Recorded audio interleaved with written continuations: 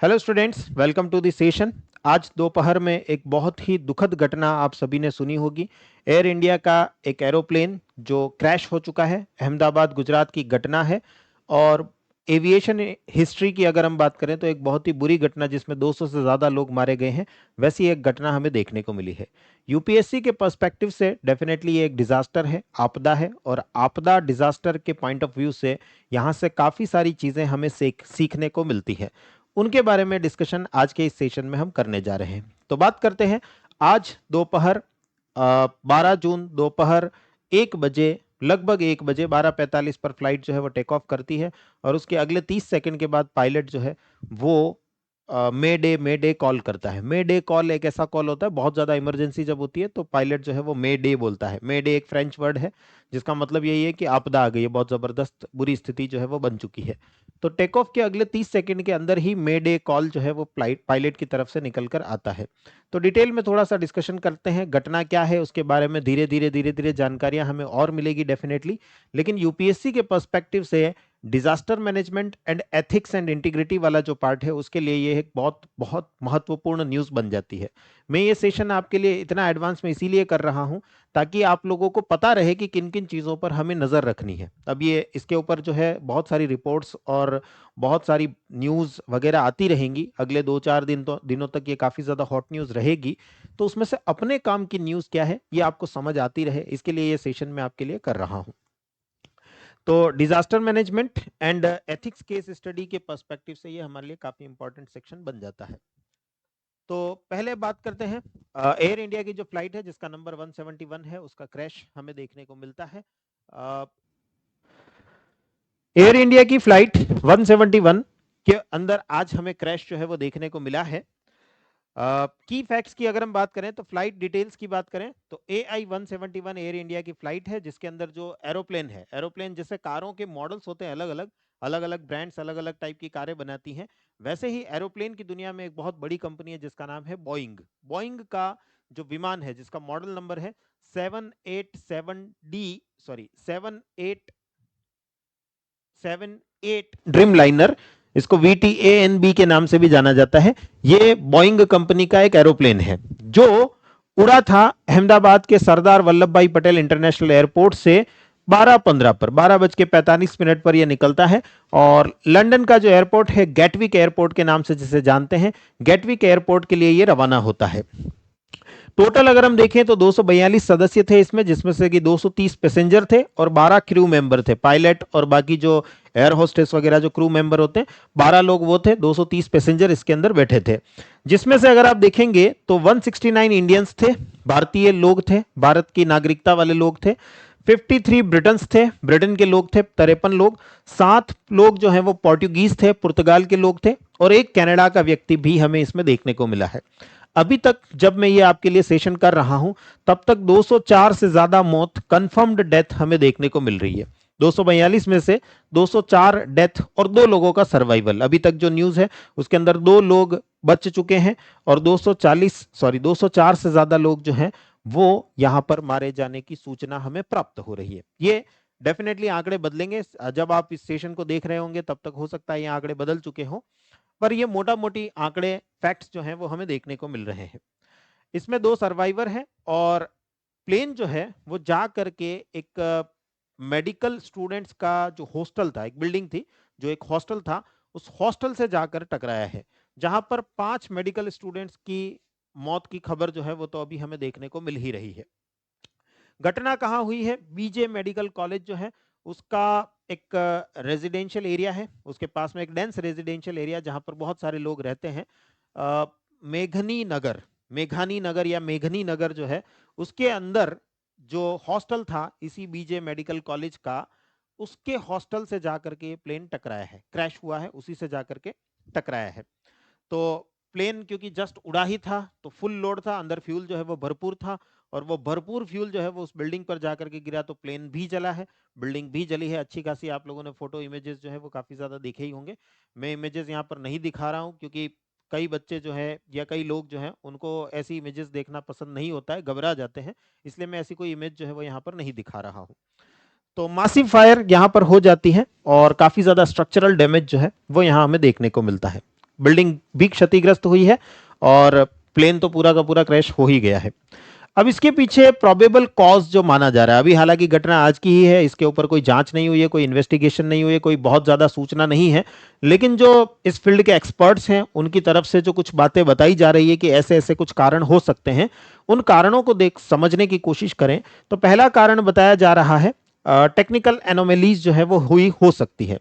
Basically यहाँ इनका मानना है कि लैंडिंग गियर जो होता है, लैंडिंग गियर बेसिकली आपने कभी मूवीज वगैरह में सीन देखे होंगे, एरोप्लेन जो है वो टेक ऑफ करता है, तब उसके नीचे पहिए निकले हुए होते हैं, फिर जब वो ऊपर हवा में उड़ जाता है फिर वो पहिए ऑटोमेटिकली अंदर सिमट करके चले जाते हैं, वापस जब वो लैंड करेगा तब वो पहिए बाहर की तरफ निकल कर आते हैं और एरोप्लेन जो है वो जमीन पर उतरेगा। वो जो पहिए ऊपर अंदर की तरफ आना जाना उनका जो होता है, वो जो सिस्टम है पूरा, ये जो इस प्रकार का आप देखते हो एरोप्लेन से नीचे निकला हुआ है जो पूरा सिस्टम आपको दिखाई देता है, इसे लैंडिंग गियर कहा जाता है। तो लैंडिंग गियर जो है, ऐसा माना जा रहा है कि लैंडिंग गियर का रिट्रैक्शन नहीं हुआ, मतलब एरोप्लेन टेक ऑफ हो गया, ऊपर हवा में उड़ गया, उसके बाद लैंडिंग गियर अंदर जाना चाहिए था लेकिन नहीं गया, जिसकी वजह से ड्रैग क्रिएट हुआ। एक एरोप्लेन की पूरी जो डिजाइन होती है, एरोडायनेमिकली डिजाइन होती है, हवा का घर्षण कम से कम उस पर हो, ऐसी डिजाइन होती है। लेकिन लैंडिंग गियर अगर नीचे लटका रहेगा तो हवा का घर्षण जो है वो ज्यादा मिलेगा और उसकी वजह से एरोप्लेन पूरा ऊपर की तरफ उठ चुका है, इसके बावजूद वो वापस नीचे की तरफ आकर के गिरा है। तो डेफिनेटली यहाँ पर लैंडिंग गियर की वजह से ड्रैग मिला हो सकता है, घर्षण हुआ हो सकता है, ये एक कारण माना जा रहा है। अभी एग्जैक्ट कारण किसी को पता नहीं है। दूसरा, हो सकता है पायलट की तरफ से कोई एरर हुई हो, कोई गड़बड़ हुई हो, उसने फ्लैप्स या स्लैट्स जो है वो सही तरीके से यूज ना किए हो, ऐसा हो सकता है। हो सकता है उसने सही तरीके से यूज किए हो लेकिन जो फ्लैप्स एंड स्लैट्स हैं वो सही तरीके से काम ना कर रहे हो, इसकी वजह से ऐसा हुआ हो, ये भी हो सकता है। फ्लैप्स एंड स्लैट्स क्या होते हैं वो भी मैं आपको थोड़ा सा दिखा देता हूं, ताकि आप आगे न्यूज़पेपर्स में जब ये वर्ड्स पढ़ेंगे, लैंडिंग गियर पढ़ेंगे क्या होता है मैंने आपको बता दिया है, फ्लैप्स एंड स्लैट्स क्या होते हैं वो भी मैं आपको दिखा देता हूं। अगर आप कभी एरोप्लेन में बैठे हैं, नहीं बैठे हैं तो भी कोई बात नहीं है, एरोप्लेन के जो विंग्स होते हैं इस तरफ जो बाहर की तरफ निकले हुए होते हैं, इन पे कुछ पट्टियां होती, बड़ी सी पट्टियां होती है जो एरोप्लेन को डायरेक्शन देने के लिए उनका यूज किया जाता है। वो ऊंची हो जाती है, वापस नीची हो जाती है। जब एरोप्लेन को ब्रेक लगाना होता है, स्लो करना होता है, तो उनको ऊंचा कर दिया जाता है और जिस मान लीजिए एक ही तरफ घुमाना होगा ऐसे, तो एक तरफ ब्रेक लगाना होगा, अगर राइट में मुड़ाना है तो एक तरफ ब्रेक लगाना होगा, तो एक तरफ वाली ऊंची हो जाएगी, दूसरी तरफ वाली नहीं होगी। इससे एरोप्लेन को राइट में मुड़ाया जा सकता है। लेफ्ट मुड़ाना होगा तो इस तरफ वाली ऊंची हो जाएगी, इस तरफ वाली नहीं होगी, तो ऐसे एरोप्लेन जो है वो घूम जाएगा। इनको फ्लैप्स एंड स्लैट्स कहा जाता है। जो पीछे की तरफ होते हैं उन्हें फ्लैप्स कहा जाता है, जो आगे की तरफ होते हैं उन्हें स्लैट्स कहा जाता है। तो फ्लैप्स जो पीछे की तरफ होते हैं और स्लैट्स जो आगे की तरफ होते हैं, इनमें से किसी में गड़बड़ी हुई हो सकती है। हो सकता है ये पायलट से गड़बड़ी हुई हो या पायलट ने सही काम किया हो, जो बटन दबाने हैं वो सही दबाए हो लेकिन ये टाइम पर खुले ना हो, गलत खुल गए हो, ऐसा भी कुछ हो सकता है। अभी किसी को कुछ पता नहीं है इसके बारे में, तो ऐसी कोई घटना या ऐसा कोई कारण रहा हो सकता है।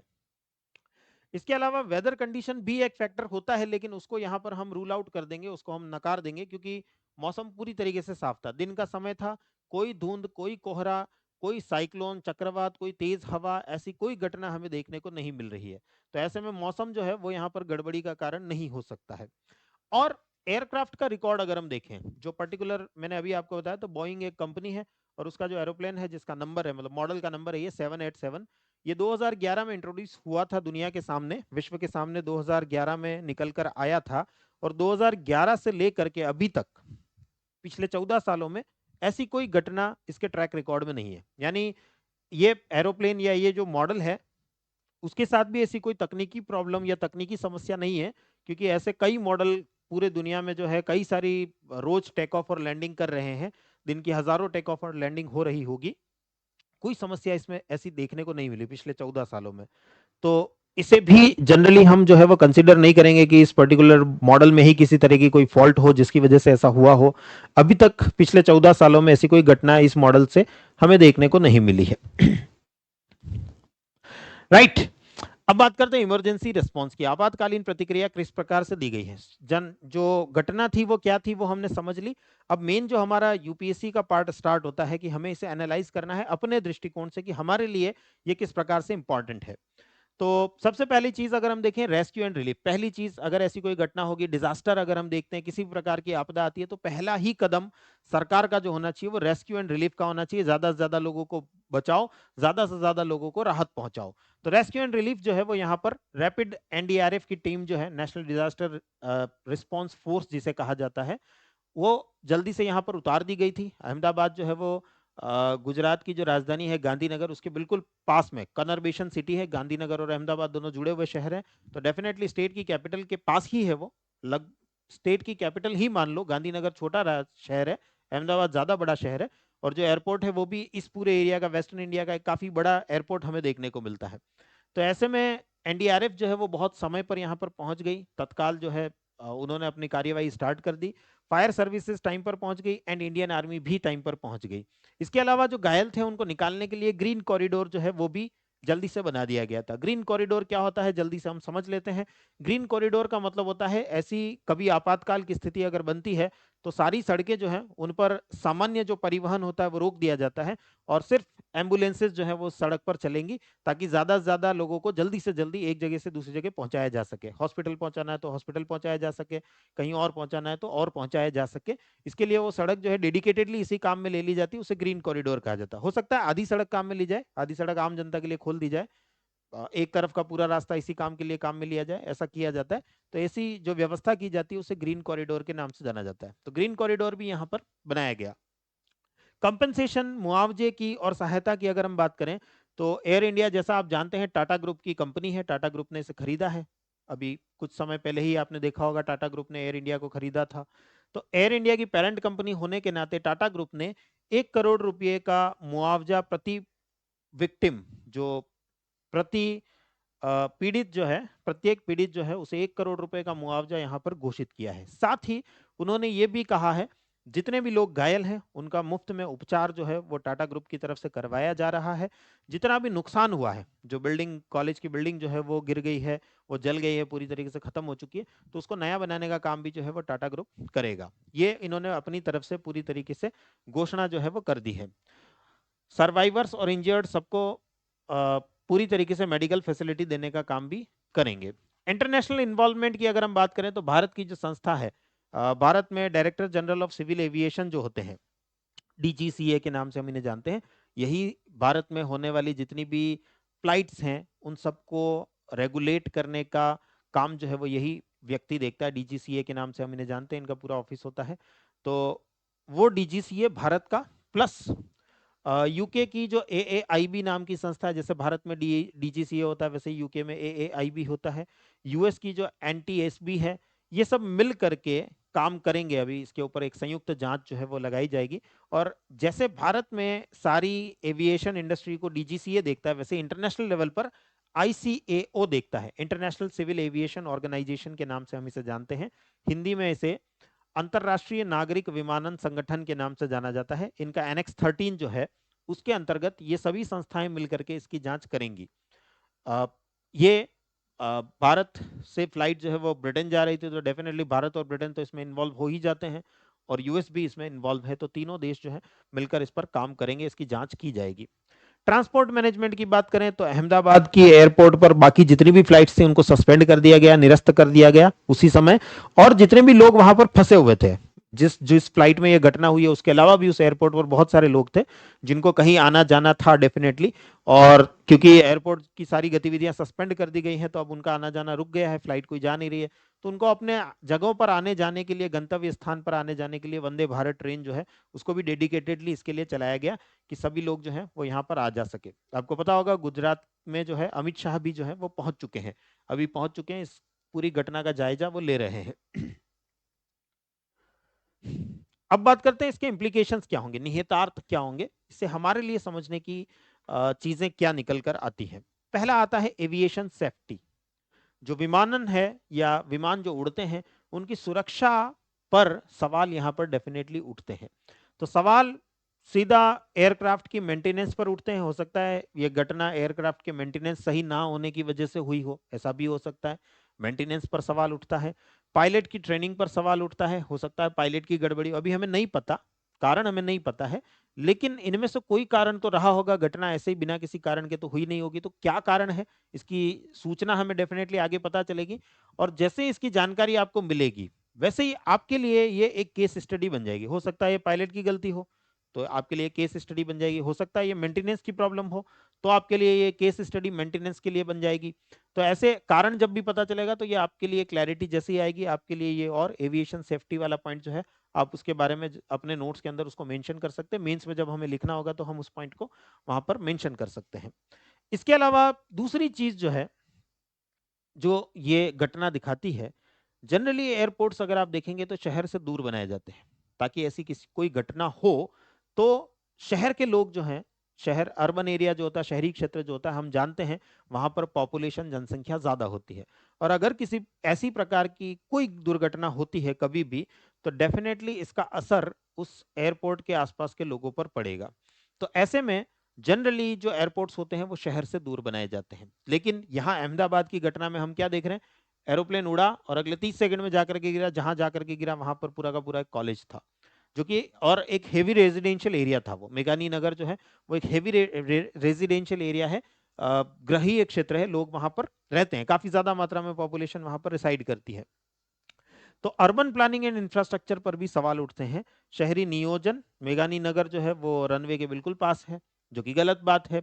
डीजीसीए के जो रूल्स हैं उसके अकॉर्डिंग इतना पास में इतना ही ज्यादा पॉपुलेशन नहीं होनी चाहिए। अगर ये दुर्घटना किसी, ये जो एरोप्लेन है ये किसी फील्ड में जाके, खेत में जाकर के अगर क्रैश हुआ होता, तो जो 5 बच्चे मरे हैं, स्टूडेंट्स जो मरे हैं, वो नहीं मरे होते। डेफिनेटली एरोप्लेन में जो लोग बैठे हैं उनके मरने बचने की संभावना तो कम ही होती, लेकिन जहां जाकर के एरोप्लेन टकराया है उस बिल्डिंग के अंदर जो लोग मरे हैं, वो घटना हमें देखने को ना मिलती। इसके अलावा जो डिजास्टर रिस्क असेसमेंट है अर्बन प्लानिंग में, वो सही से नहीं किया गया है। रिस्क का असेसमेंट, किस प्रकार की रिस्क हो सकती है, किस प्रकार की जोखिम हो सकती है, उसका असेसमेंट करना, उसका आकलन करना और उसके अनुसार प्लानिंग करना, इसकी कमी हमें यहाँ देखने को मिल रही है। अगर ये सही तरीके से किया गया होता तो इस दुर्घटना में कुछ जानें और बच सकती थी। तो एविएशन की सेफ्टी पर भी सवाल उठता है, अर्बन प्लानिंग पर भी सवाल यहाँ पर उठता है। इसके अलावा इकोनॉमिक एंड डिप्लोमेटिक फॉलआउट,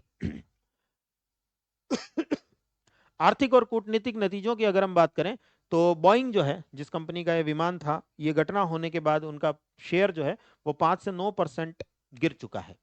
हमारे यहाँ जब शाम हुई तो यूएस में जो है वो दिन हुआ, तो वहां पर उनका जो शेयर मार्केट जब चालू हुआ तो बोइंग का शेयर जो है 5 से 9% गिर चुका है। इसके अलावा ग्लोबल कॉन्डोलेंसेस आए हैं, विश्वव्यापी संवेदनाएं आई हैं, स्पेशली यूके से, कनाडा से, रशिया से, इन सभी देशों से हमें संवेदनाएं देखने को मिली हैं।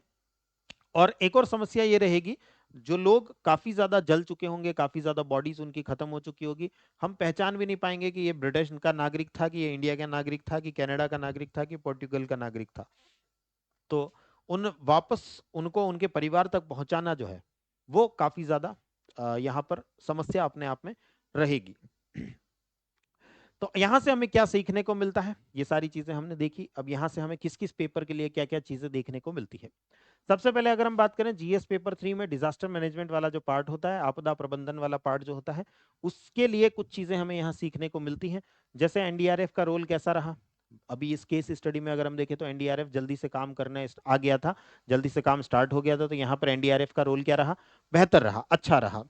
मल्टी एजेंसी कोऑर्डिनेशन, बहुत सारी एजेंसीज को यहाँ पर काम करना होता है, तो वो कोऑर्डिनेशन भी हमने देखा, ट्रेन भी चल गई, सड़क जो है वो ग्रीन वे जो है वो पूरा का पूरा बना दिया गया ताकि घायलों को आसानी से लाया ले जाया जा सके। तो मल्टी एजेंसी कोऑर्डिनेशन भी यहाँ पर अच्छा देखने को मिला। ग्रीन कॉरिडोर जो बनाया गया उसकी एफिशिएंसी भी अच्छी रही, लोग जो है वो जल्दी से जल्दी हॉस्पिटल तक पहुंचाए जा सके। तो ये डिजास्टर मैनेजमेंट के पर्सपेक्टिव से तो यहाँ पर मामला अच्छा रहा। और हम अगले 2-3 दिनों में जो एडिटोरियल्स वगैरह आएंगे, जो न्यूज़ वगैरह आएगी, उसमें और हम इसके बारे में जानकारी हमें मिलती रहेगी कि कहाँ अच्छा हुआ, कहाँ गड़बड़ी हुई, ये सब चीज़ें हमें और सूचनाएं मिलती रहेंगी। कल के न्यूज़पेपर से ये मामला स्टार्ट हो जाएगा। जीएस पेपर 3 में ही अगर हम देखें तो रेगुलेटरी ओवरसाइट, जो नियामक निरीक्षण होना चाहिए, जो नियामक एजेंसी है जैसे डीजीसीए, तो डीजीसीए की भूमिका जो है वो यहाँ पर हमें देखने को मिलती है कि डीजीसीए जो है वो कितना अच्छे से काम करेगा, ये हमें 2-3 दिनों में पता चलेगा। इंटरनेशनल कंप्लायंस, आईसीए और एनएक्स 3 जो है, सॉरी एनएक्स 13 जो है, उसके अंतर्गत जैसा हमने देखा, भारत की एजेंसी, ब्रिटेन की एजेंसी और यूके की एजेंसी, सॉरी यूके की एजेंसी एंड यूएस की एजेंसी जो है, ये तीनों मिलकर के इसके ऊपर एक संयुक्त जांच जो है वो करेंगी। तो इंटरनेशनल कंप्लायंस जो है वो भी हमें यहाँ पर अच्छा देखने को मिल रहा है।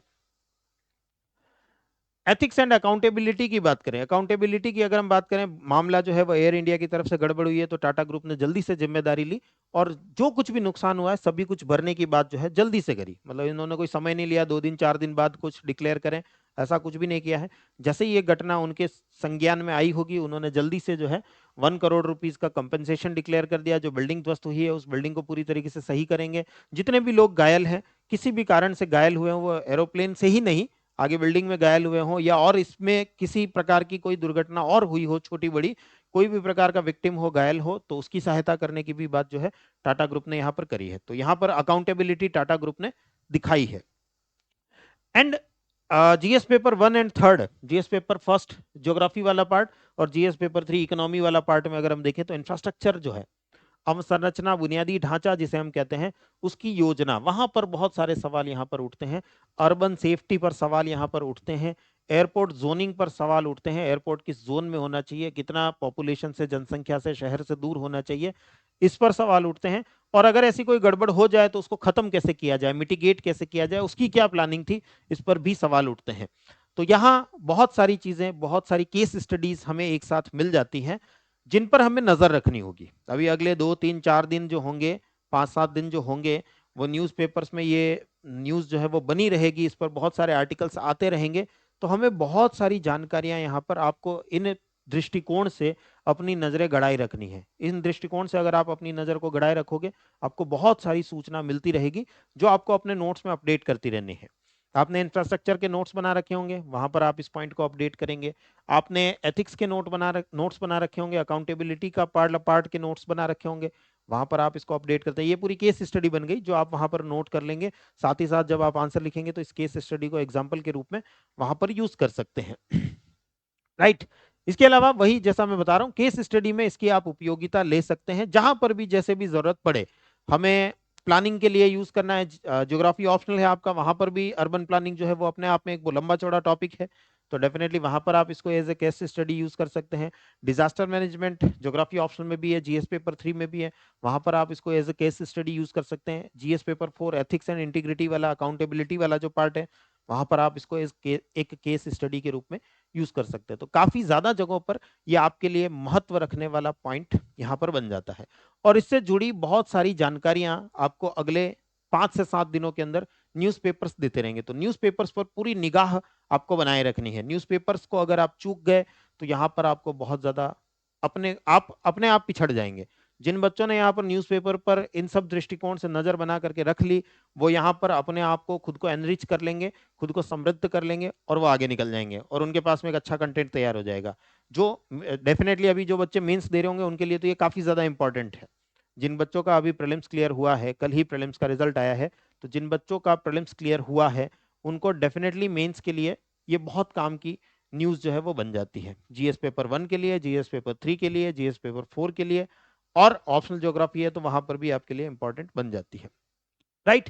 तो ये एक एनालिसिस जो है वो मैंने आपके लिए किया, इसीलिए किया ताकि आप लोग जो हैं वो समय पर यहाँ पर चेत जाएं। जो बच्चे प्रिपरेशन कर रहे हैं उनको भी समझ आया होगा कि ये न्यूज़ हमारे लिए कैसे काम की है।